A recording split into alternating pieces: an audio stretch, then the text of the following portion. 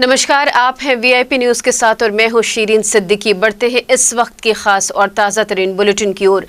शिक्षक दिवस के अवसर पर आज राजभवन में राज्य स्तरीय शिक्षक सम्मान समारोह का आयोजन किया गया, जिसमें प्रदेश के मुख्यमंत्री भूपेश बघेल और शिक्षा मंत्री प्रेमसाय सिंह टेकाम भी शामिल हुए। इस समारोह में प्रदेश के 58 शिक्षकों को सम्मानित किया गया और प्रदेश के महान साहित्यकारों के नाम पर 4 शिक्षकों को स्मृति पुरस्कार भी दिया गया। कोरोना की वजह से बीते वर्ष इस समारोह का आयोजन नहीं हो पाया था।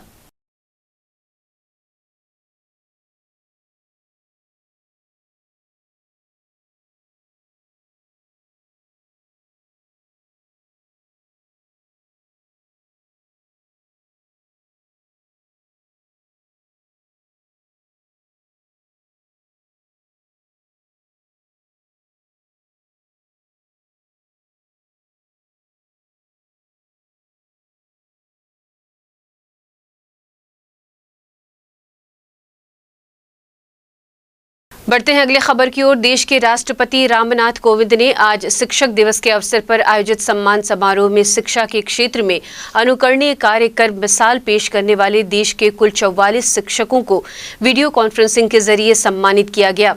राष्ट्रपति द्वारा वर्चुअली कार्यक्रम में राष्ट्रीय शिक्षा सम्मान 2021 के छत्तीसगढ़ के एकलव्य आदर्श आवासीय विद्यालय करपावण जगदलपुर के डॉक्टर प्रमोद कुमार शुक्ला को भी सम्मानित किया गया।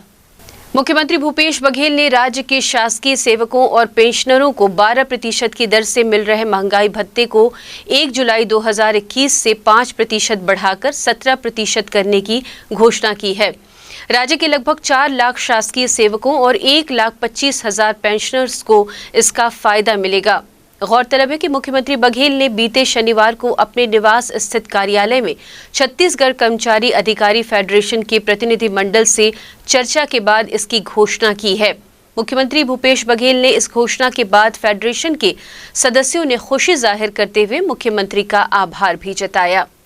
मुख्यमंत्री भूपेश बघेल से छत्तीसगढ़ सहायक शिक्षक संघ के प्रतिनिधियों ने मुलाकात की। इस दौरान प्रतिनिधि मंडल ने अपनी विभिन्न मांगों को लेकर ज्ञापन सौंपा और अपनी समस्याओं को लेकर मुख्यमंत्री से चर्चा भी की। मुख्यमंत्री ने प्रतिनिधि मंडल को आश्वासन दिया है कि उनकी समस्याओं के निराकरण के लिए प्रमुख सचिव की अध्यक्षता में एक समिति का जल्द ही गठन किया जाएगा। राजधानी स्थित सुयश अस्पताल के डायरेक्टर मनोज लाहोटी से महिला आयोग में सुनवाई के दौरान आयोग की अध्यक्ष के पीए अभिषेक सिंह ने जान से मारने की धमकी देकर मारपीट की थी। घटना की सूचना मिलते ही शहर के सभी चिकित्सक मनोज लाहोटी के समर्थन में खड़े हो गए हैं। डॉक्टर मनोज लाहोटी के साथ मारपीट मामले में तूल पकड़ने के बाद राजधानी के सभी चिकित्सकों ने आयोग कार्यालय में डॉक्टर किरण मीनायक के समक्ष धरना दिया। इसके बाद डॉक्टर किरण मीनायक ने मारपीट मामले में पीए अभिषेक सिंह को तत्काल बर्खास्त करने के आदेश दिए हैं। डॉक्टर किरण मीनायक ने पूरे घटनाक्रम के जाँच के आदेश भी विभागीय अधिकारियों को दिए हैं। हर व्यक्ति किसी न किसी के साथ जुड़ा होता है और उनके अपने पर्सनल यदि कोई इश्यूज होते हैं और पर्सनल किसी ने कोई बिहेव किया है तो उसके लिए हम लोग रिस्पॉन्सिबल नहीं होते हैं। और अब मैटर चूँकि पुलिस में चला गया है तो ये मैटर पुलिस की इन्वेस्टिगेशन का है।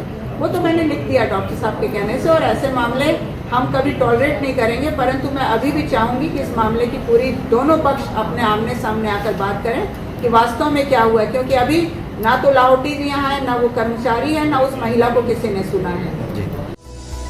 दूसरी ओर इस मामले में पुलिस ने आरोपी अभिषेक सिंह के खिलाफ 6 धाराओं के तहत केस दर्ज कर उसे गिरफ्तार कर लिया है। लेकिन डॉक्टर इस कार्रवाई से फिर भी खुश नजर नहीं आए और पूरे घटनाक्रम की जानकारी देने डॉक्टर का एक प्रतिनिधि मंडल सीएम हाउस पहुंचा और पूरे घटनाक्रम को लेकर नाराजगी जाहिर की। बताया कि आयोग में एक प्रतिष्ठित डॉक्टर के साथ मारपीट की घटना होना बेहद दुर्भाग्यजनक है। दूसरी ओर जूडा ने भी डॉक्टर के साथ हुई मारपीट मामले के विरोध में काली पट्टी बांधकर काम किया। डॉक्टर लाहौटी साहब हैं, उनका कोई प्रकरण महिला आयोग में विचाराधीन है। उसी की पेशी में कल वो आए हुए थे, तो उस समय जो महिला आयोग अध्यक्षा हैं उस समय वहाँ पर वो नहीं पहुँची थी। तो उनके जो पीए हैं उनके द्वारा डॉक्टर लाहौटी साहब के साथ बदतमीजी गई, गाली गलौज किया गया, जान से मारने की धमकी दी गई और उनको कक्ष में बंद कर दिया गया और उनका मोबाइल भी उसके द्वारा लूट लिया गया। डॉक्टर लाहौटी साहब की रिपोर्ट पर FIR किया गया है। धारा 294, 323, 506, 357 और 392 IPC के तहत FIR दर्ज किया गया है। आरोपियों को गिरफ्तार कर लिया गया है। नहीं, डॉक्टर साहब के विरुद्ध किसी महिला ने महिला आयोग में कोई शिकायत किया था, तो वहाँ पर वो प्रकरण विचाराधीन है, वहाँ पर जाँच चल रही है। बता दें कि मनोज लाहौटी के खिलाफ उनकी ही महिला मरीज ने राज्य महिला आयोग में शिकायत दर्ज कराई थी। इसी मामले में मनोज लाहौटी की शनिवार को पेशी थी। पेशी के दौरान ही पीड़ित महिला और मनोज लाहौटी के बीच वाद विवाद हुआ था और बीच बचाव की कोशिश में पीए अभिषेक सिंह ने मनोज लाहौटी को कमरे में बंद कर उनके साथ पिटाई कर दी। वहीं बताया जा रहा है कि अभिषेक सिंह के खिलाफ तेलीबांधा थाने में पहले से मारपीट का 2 मामला दर्ज है। बीजेपी के प्रदेश प्रभारी डी पुरंदेश्वरी के बयान पर अब प्रदेश की सियासत गर्म हो गई है। बयान के विरोध में आज कांग्रेस ने पूरे प्रदेश भर में बीजेपी का पुतला दहन कर विरोध प्रदर्शन किया।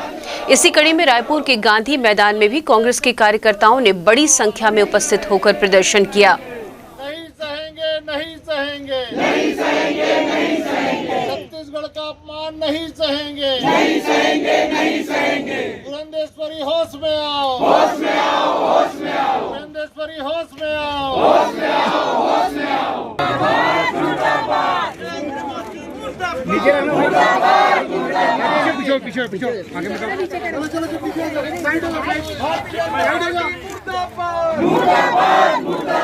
पुरंदेश्वरी होश में आओ, होश में आओ, होश में आओ। पुरंदेश्वरी शर्म करो, शर्म करो, शर्म करो। मनमोहन सिंह शर्म करो, शर्म करो, शर्म करो। मुर्दाबाद, मुर्दाबाद, मुर्दाबाद। नरेंद्र मोदी हाय हाय, हाय हाय, हाय हाय।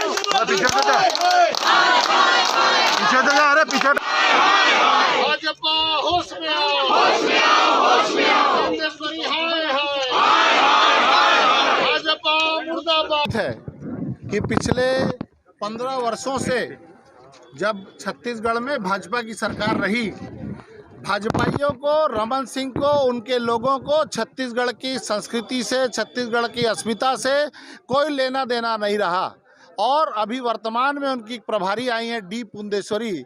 उन्होंने हमारे मुख्यमंत्री जी के लिए, हमारे मंत्रिमंडल के लिए एक इतना घटिया और निंदनीय बयान दिया, जिसके विरोध में आज शहर कांग्रेस कमेटी हमारी प्रभारी प्रतिमा चंद्राकर जी के नेतृत्व में उनका पुतला दहन किया है। छत्तीसगढ़ भाजपा प्रभारी डी पुरंदेश्वरी के बयान के विरोध में छात्र संगठन NSUI ने भी आज भाजपा नेता धर्मलाल कौशिक के निवास के सामने जाकर थूकदान भेंट की। NSUI रायपुर जिला सचिव आदित्य पांडे ने कहा कि डी पुरंदेश्वरी ने छत्तीसगढ़ के मंत्रिमंडल का नहीं बल्कि राज्य के 2 करोड़ 80 लाख लोगों को अपमान किया है। बंद करो, बंद करो। भाजपा प्रभारी शर्म करो, शर्म करो, शर्म करो। छत्तीसगढ़ियों के साथ खिलवाड़ करना बंद करो, शर्म करो, शर्म करो। छत्तीसगढ़ियों के साथ खिलवाड़ करना बंद करो, बंद करो, बंद करो। भाजपा प्रभारी शर्म करो, शर्म करो, शर्म करो। श्री मुर्दाबाद, मुर्दाबाद, मुर्दाबाद। भारतीय जनता पार्टी मुर्दाबाद, मुर्दाबाद, मुर्दाबाद। भारतीय जनता पार्टी मुर्दाबाद, मुर्दाबाद, मुर्दाबाद। छत्तीसगढ़ भाजपा प्रभारी डी पुरंदेश्वरी के द्वारा जो विवादित बयान जो किया गया है हमारे छत्तीसगढ़ के मंत्रिमंडलों और हमारे CM साहब जी के लिए, मैं ये कहना चाहूँगा कि आपने जो बयान दिया है उस बयान का अर्थ सिर्फ हमारे मंत्रिमंडल और हमारे CM की नहीं, हमारे छत्तीसगढ़ की 2 करोड़ 80 लाख जो जनता है उनको आप उनकी आप बदनामी कर रहे हैं, उनका आप नाम खराब कर रहे हैं। आपके हिसाब से उनका निर्णय गलत है। सत्तामी समाज के युवा आज रायपुर में मंत्री शिव डहरिया के निवास में जाकर ज्ञापन सौंपे। समाज के युवाओं का कहना है कि बिलासपुर हाईकोर्ट रिजर्वेशन के मामले में फैसला सुनाएगी, जिसके तहत सतनामी समाज ने रिजर्वेशन के मामले में सरकार का पक्ष जानना चाहा।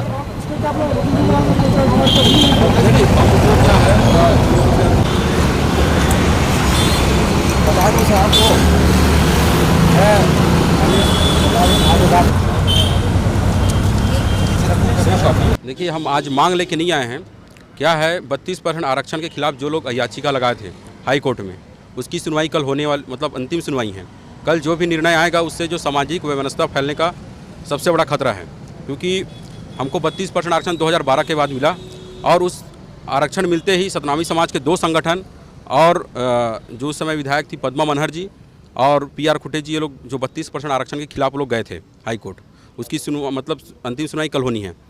क्योंकि खतरा आदिवासी समाज को इसलिए है क्योंकि जो 2012 के बाद जितने भी नौकरी लगे हैं, चाहे वो राज्य शासन के कोई पद में हो, चाहे SP बने हो, DSP बने, जो भी बने हो, वो सब की नौकरी खतरे में है। क्योंकि राज्य सरकार ने एक सर्कुलर जारी करके बताया था कि जो भी नौकरियां लगी है 32% के आधार पे, वो इस निर्णय पे आधारित रहेगा, इस निर्णय के अधीन रहेगा। तो इसलिए हम युवा लोग, आज आदिवासी समाज के युवा लोग यह निवेदन करने आए हैं माननीय शिव कुमार ढरिया जी से, रुद्र कुमार गुरु जी से, पद्मा मनहर जी से, वो ये बताएं कि वो किसके साथ हैं, जो सामाजिक वैमनस्यता फैलाने वाले उनके साथ हैं कि आदिवासी जो सीधे सरल समाज है उनके साथ हैं। अब एक खास खबर की ओर रुख करते हैं। हर साल पोला पर्व पर रावण भाटा मैदान भाटा गांव में बैल दौड़ प्रतियोगिता का भव्य आयोजन होता आया है, मगर इस साल कोरोना गाइडलाइंस के चलते ऐसा कोई आयोजन नहीं किया जाएगा। श्री कृष्ण जन्माष्टमी समिति बैल दौड़ के संयोजक माधव लाल यादव ने बताया कि इस बार रावण भाटा मैदान में बैलों की विशेष पूजा की जाएगी, मगर प्रशासन ने निर्देश का पालन करते हुए इस बार बैल दौड़ प्रतियोगिता का आयोजन नहीं किया जा सकता। पर्व की हार्दिक बधाई एवं शुभकामनाएं। 6 सितंबर 2021 शाम 4 बजे रावण भाटा मैदान रायपुर में बैलों की विशेष पूजा अर्चना की जाएगी। चूँकि जिला कलेक्टर महोदय ने कोरोना की वजह से बैल दौड़ प्रतियोगिता कराने की अनुमति नहीं दी है और हम उस आदेश का पालन करेंगे।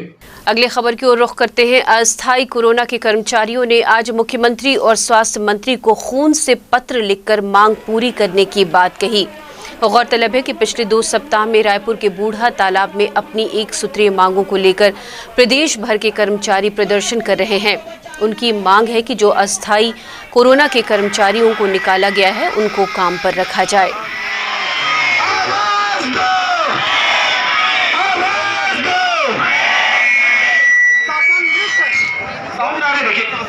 VIP न्यूज में फिलहाल वक्त हो चुका है एक छोटे से ब्रेक का। ब्रेक के बाद जल्द वापस आते हैं।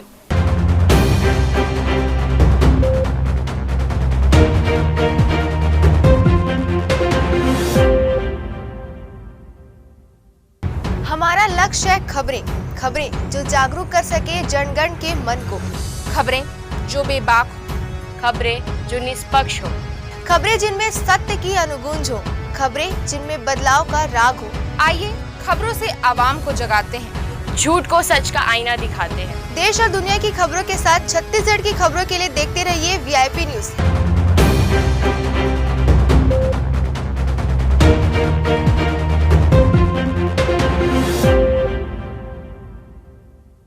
ब्रेक के बाद एक बार फिर आपका स्वागत है। आइए सुनते हैं सुभाष की बात। गुरु गोविंद दोऊ खड़े काके लागू पाए, बलिहारी गुरु आपकी जिन गोविंद दियो बताए।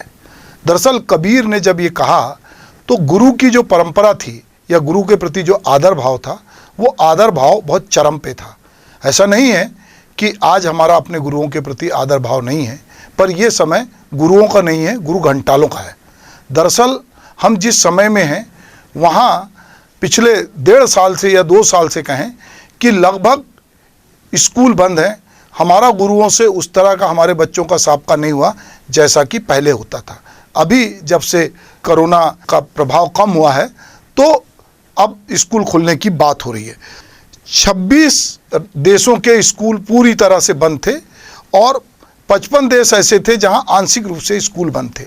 अभी भी इस बात पे कवायद हो रही है कि स्कूलों को पूरी तरह से खोला जाए या ना खोला जाए।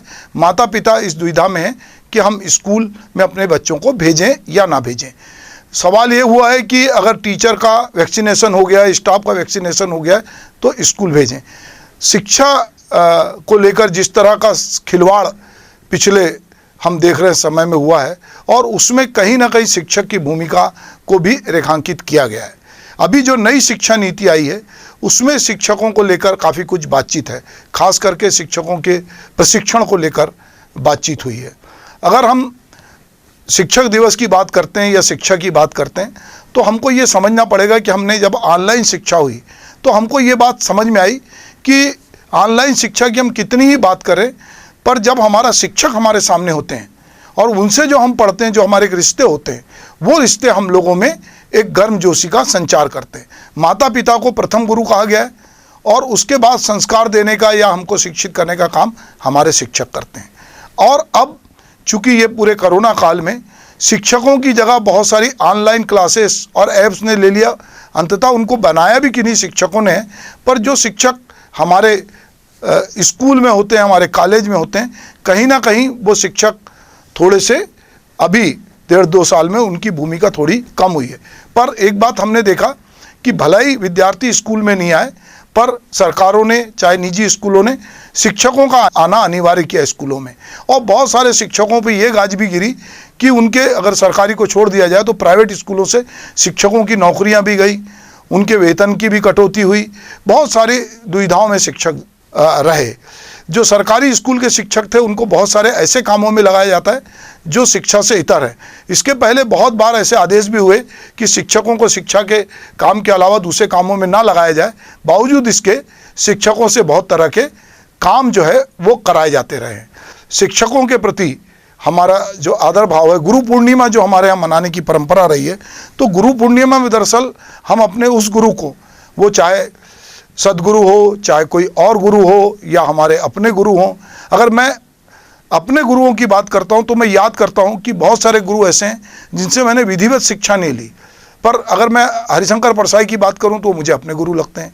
मैं आज के दिन विनोद शंकर शुक्ल को याद करना चाहता हूं जिन्होंने मेरे जीवन में तब्दीली लाई।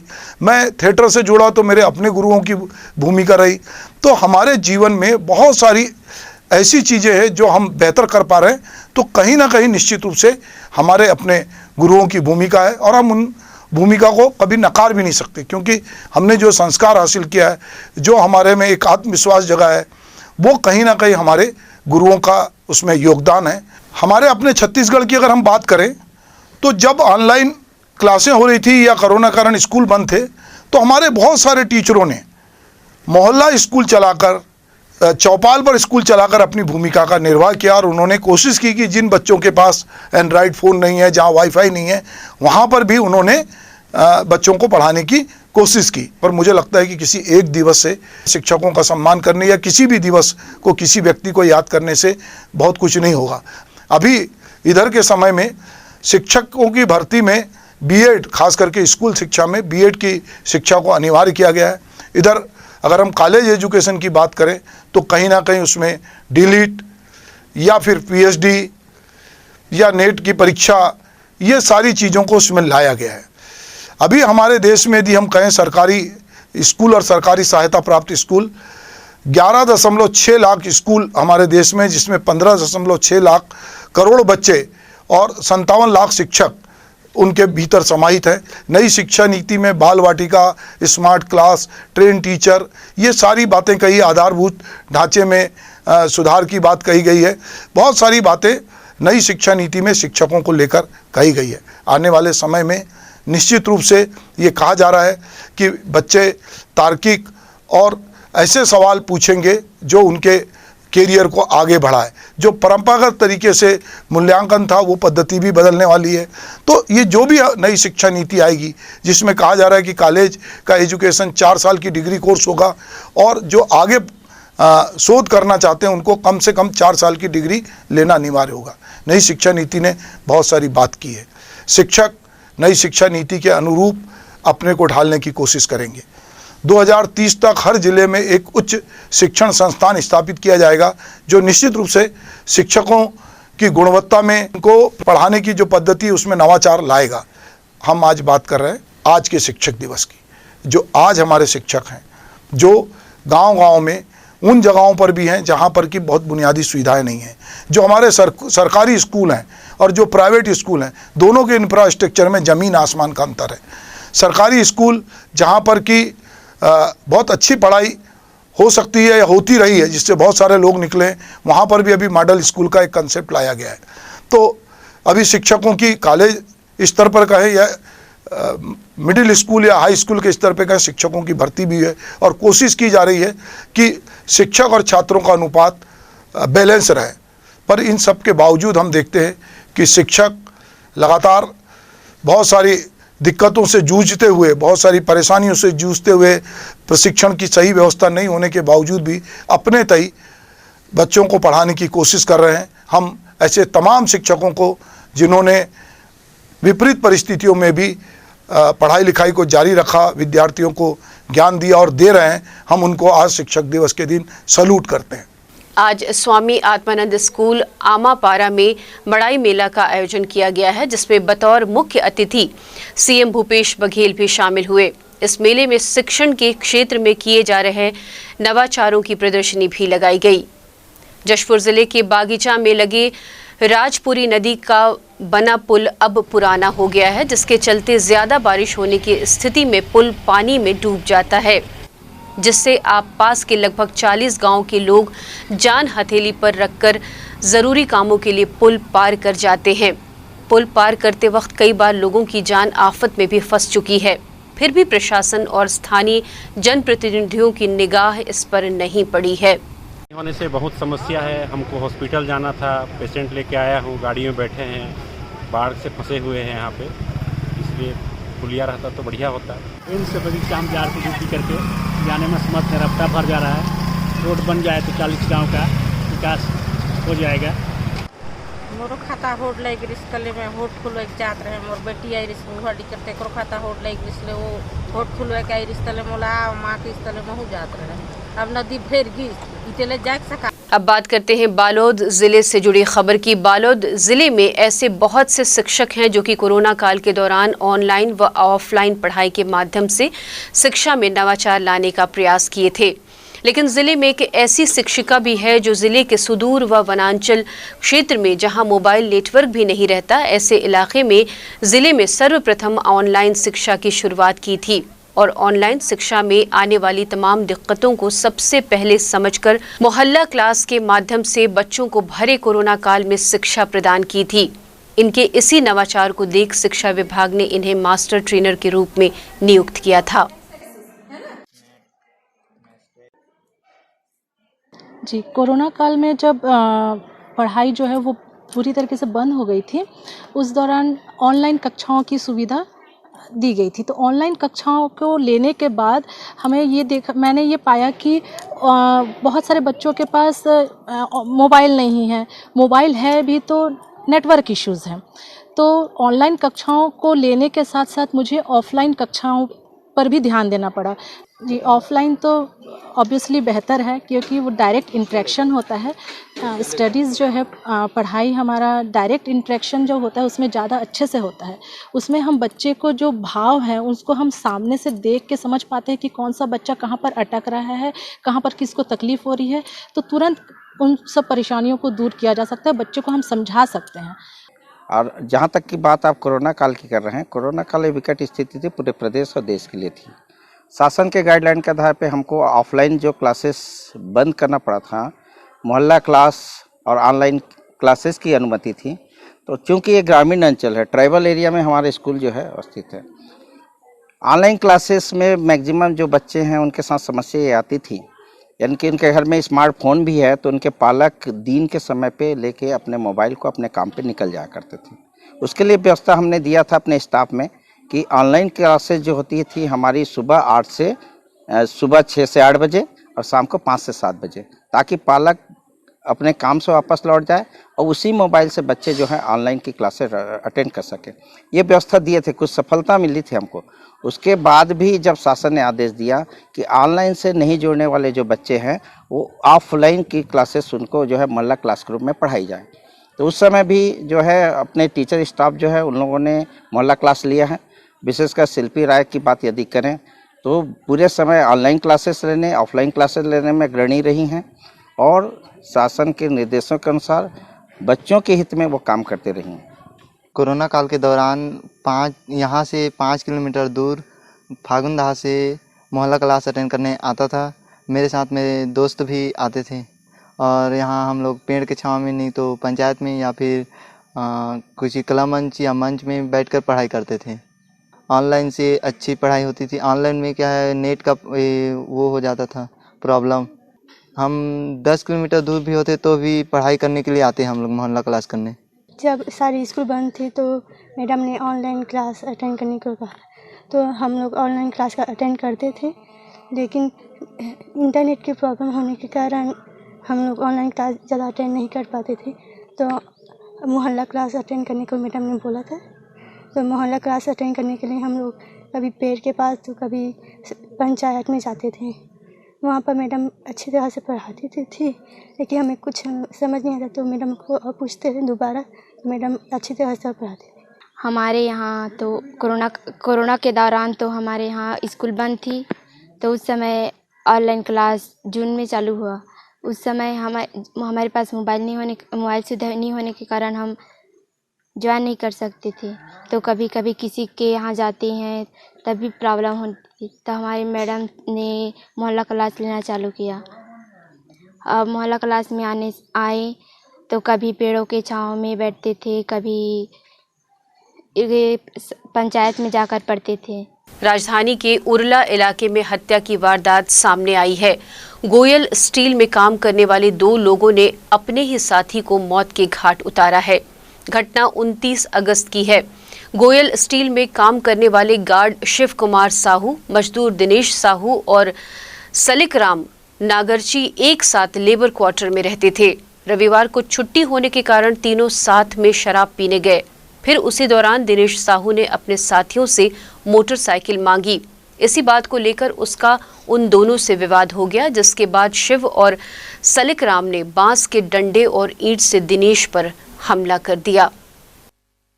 जो लेबर और सिक्योरिटी गार्ड लोग के बीच में विवाद हुआ था और तीनों पहले शराब पीने के लिए गए हुए थे।